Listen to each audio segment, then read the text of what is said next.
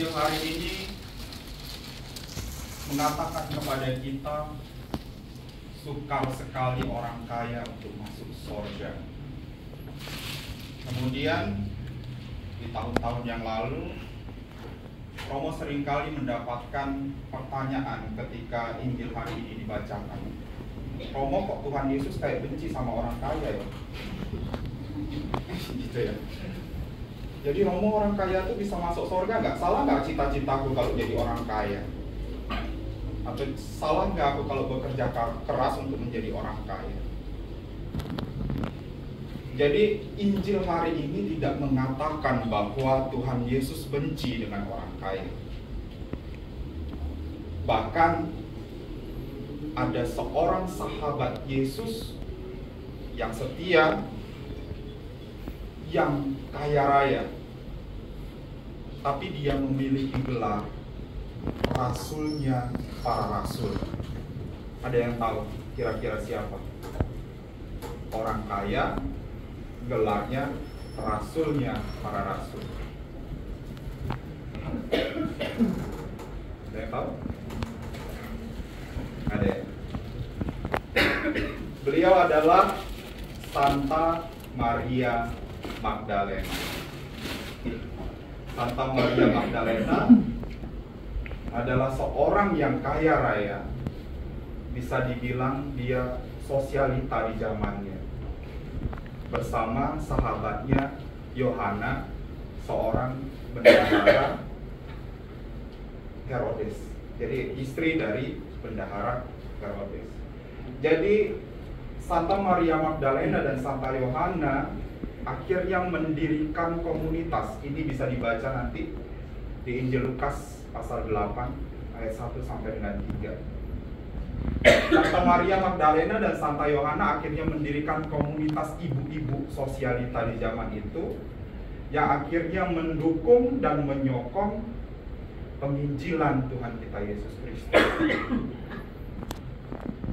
Bahkan kesetiaan perempuan kaya ini kita bisa jumpai hingga di salib Kristus. Ketika para rasul meninggalkan Yesus, Santa Maria Magdalena dan perempuan-perempuan yang lain beserta Santo Yohanes setia sampai penyaliban Yesus. Bahkan Santa Maria Magdalena dan Santa Yohana adalah orang yang pertama yang menerima kabar keselamatan, yaitu kebangkitan Tuhan. Dan dialah, Santa Maria Magdalena lah, yang mewartakan Christos Anesti pertama kali kepada para rasul, sehingga Santa Maria Magdalena disebut sebagai rasulnya para rasul. Tidak sampai di situ kesetiaan orang kaya ini, dia hingga mewartakan Injil dengan modal dia sebagai wanita yang terpandang dengan kekayaannya. Dia duduk bersama dengan Kaisar Tiberius, makan bersama, diundang makan oleh Kaisar Tiberius, dan ketika makan dia mewartakan kebangkitan Tuhan. Ketika dia memegang, sedang mau makan telur, dia sedang pegang telurnya, dia katakan Kristus telah bangkit.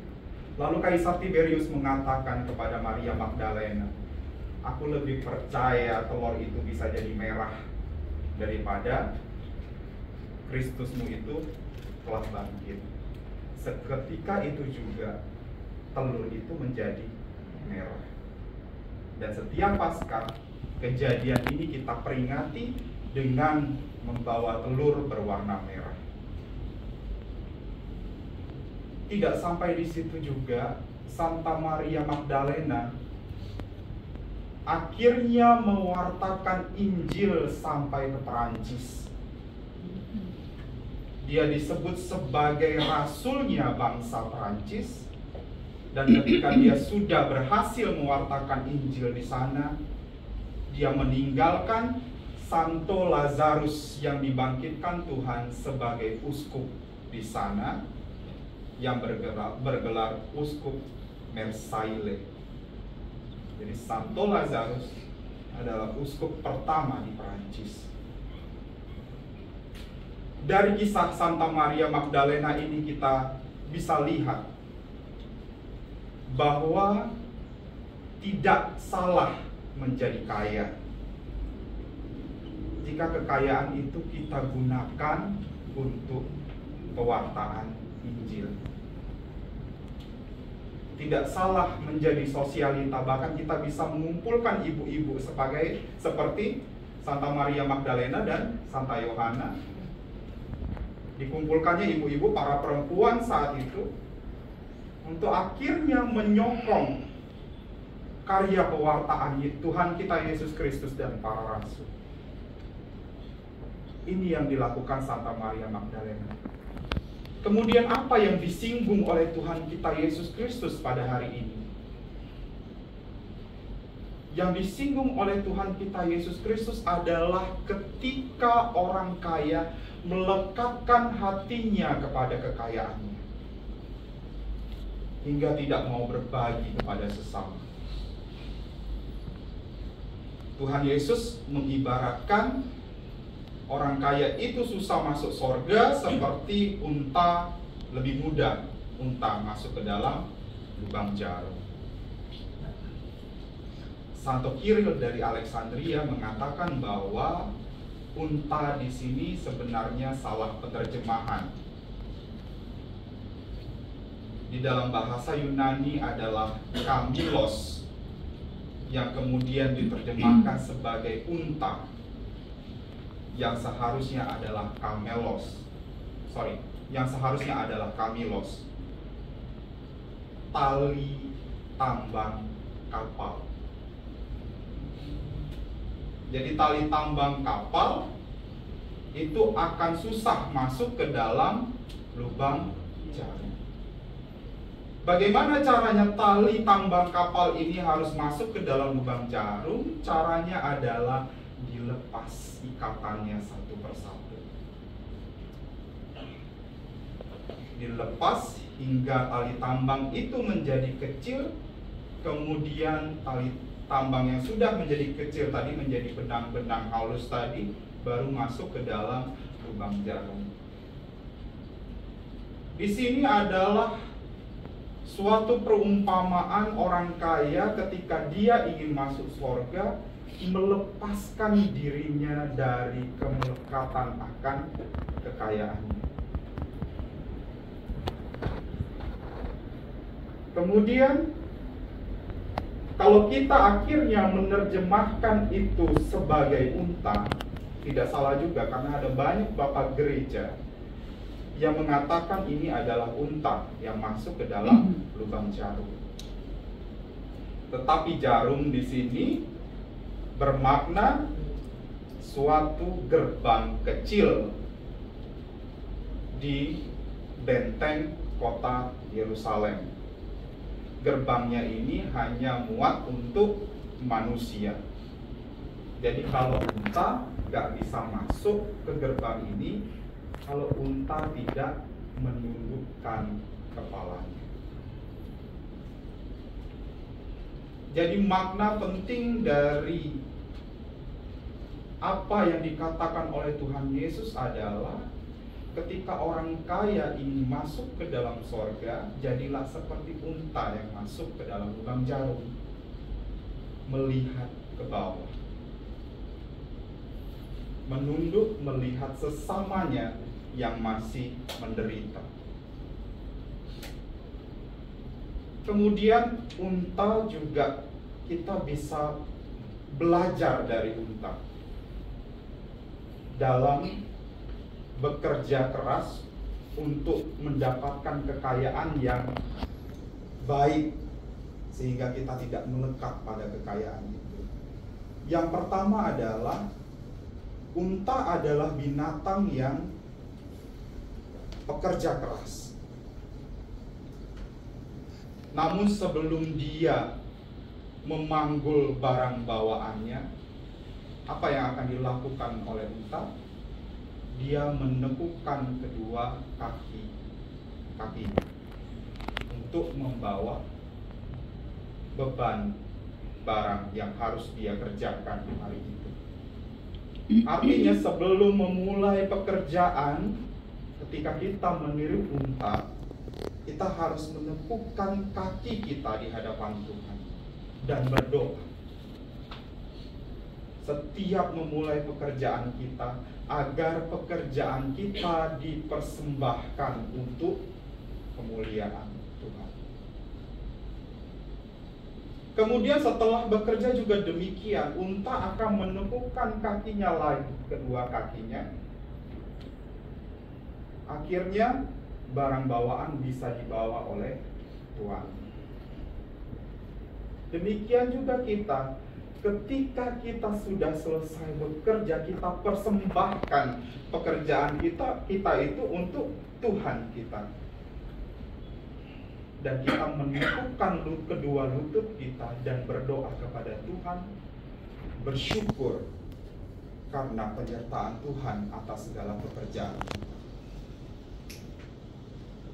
Kemudian apa yang kita bisa pelajari dari unta yang lain? Unta adalah binatang yang taat dan penurut kepada tuannya. Kemanapun tuannya pergi, unta selalu mengikuti Tuhan. Jadi apa yang kita lakukan dalam setiap pekerjaan kita, kita harus menyertakan ketaatan kepada perintah Tuhan. Menjadi orang yang jujur, menjadi orang yang takut akan Tuhan. Kemudian unta juga adalah binatang yang paling sensitif dengan kondisi lingkungannya, sehingga dia akan menyimpan lemak di dalam punggungnya ketika kondisi lingkungannya sudah mulai berat. Jadi punggung unta itu punya fungsi untuk menyimpan lemak. Jadi unta itu bisa jalan jauh tanpa makan dan tanpa minum.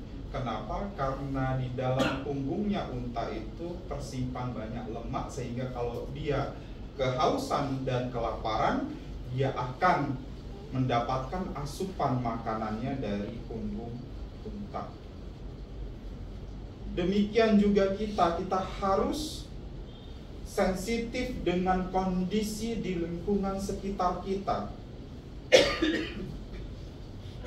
Jika kita ingin masuk ke dalam kerajaan Allah, maka kita harus melihat kondisi sekitar kita. Mungkin kita bisa menyimpan apa yang kita miliki untuk kemudian tidak hanya menjadi makanan atau menjadi yang menyukupkan kehidupan kita, tetapi juga bisa menyukupi kehidupan orang-orang di sekitar kita yang membutuhkan uluran tangan kita. Jadi ini yang kita bisa pelajari dari unta. Unta bukan tidak mungkin masuk ke dalam gerbang Yerusalem. Demikian juga orang kaya bukan tidak mungkin masuk ke dalam kerajaan Allah. Asal mau melihat ke bawah, mau selalu taat kepada Tuhan, mau menyertakan Tuhan di dalam setiap pekerjaannya, dan mau menggunakan segala kekayaannya yang ia punya, yang pertama-tama seperti Santa Maria Magdalena, kalau bisa membantu pewartaan Injil Tuhan, atau kalau tidak, membantu sesama yang membutuhkan. Kiranya berkat Tuhan menyertai kita semua, atas nama Sang Bapa, Sang Putra, Sang Roh Kudus.